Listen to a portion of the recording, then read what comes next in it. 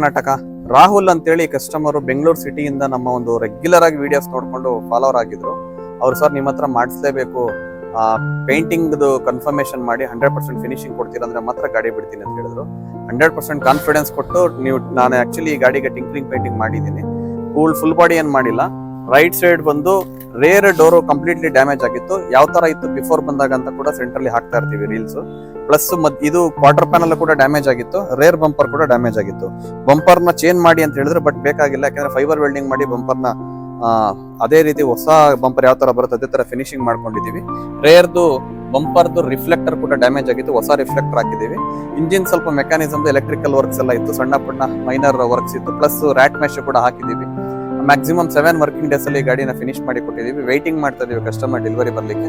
ಕೆಲವೊಂದು ಸಣ್ಣ ಡ್ಯಾಮೇಜಸ್ ನ ಹೇಳಿರ್ಲಿಲ್ಲ, ಬಟ್ ಕಸ್ಟಮರ್ ಅಪ್ರೂವಲ್ ಇಲ್ದೇನೆ ನಾವು ಮಾಡಿದೀವಿ. ಅದೇ ಕಾಸ್ಟಿಂಗ್ ಅಲ್ಲೇ ಮಾಡಿದೀವಿ, ಅದೇ ರೀತಿ ಎಕ್ಸ್ಟ್ರಾ ಚಾರ್ಜಸ್ ಮಾಡಿಲ್ಲ. ಸ್ಕರ್ಟಿಂಗ್ಸ್ ಗೆಲ್ಲ ಗ್ಯಾಪ್ ಇತ್ತು ಜಾಸ್ತಿ, ಆ ಗ್ಯಾಪ್ ಗೆ ಸೀಲೆಂಟ್ ಹಾಕಿ ಪಾಲಿಶಿಂಗ್ ಮಾಡಿ ಪೇಂಟಿಂಗ್ ಮಾಡಿದೀವಿ. ಈ ಒಂದು ಆಪರ್ಚುನಿಟಿ ಕೊಟ್ಟಿರ್ತಕ್ಕಂಥ ಪವನ್ ಸರ್ಗೆ ಥ್ಯಾಂಕ್ಸ್ ಹೇಳ್ತಾ, ಯಾರೆಲ್ಲ ಸಾನ್ವಿ ಆಟ YouTube channel, Facebook, Instagram page ಇನ್ನೂ ಫಾಲೋ ಮಾಡಿಲ್ಲ ದಯವಿಟ್ಟು ಫಾಲೋ ಮಾಡಿ, ರೆಗ್ಯುಲರ್ ಅಪ್ಡೇಟ್ಸ್ ಬರುತ್ತೆ ಅಂತ ಹೇಳ್ತಾ ಈ ಒಂದು ವಿಡಿಯೋ ಮಾಡ್ತೀನಿ. Thank you for watching.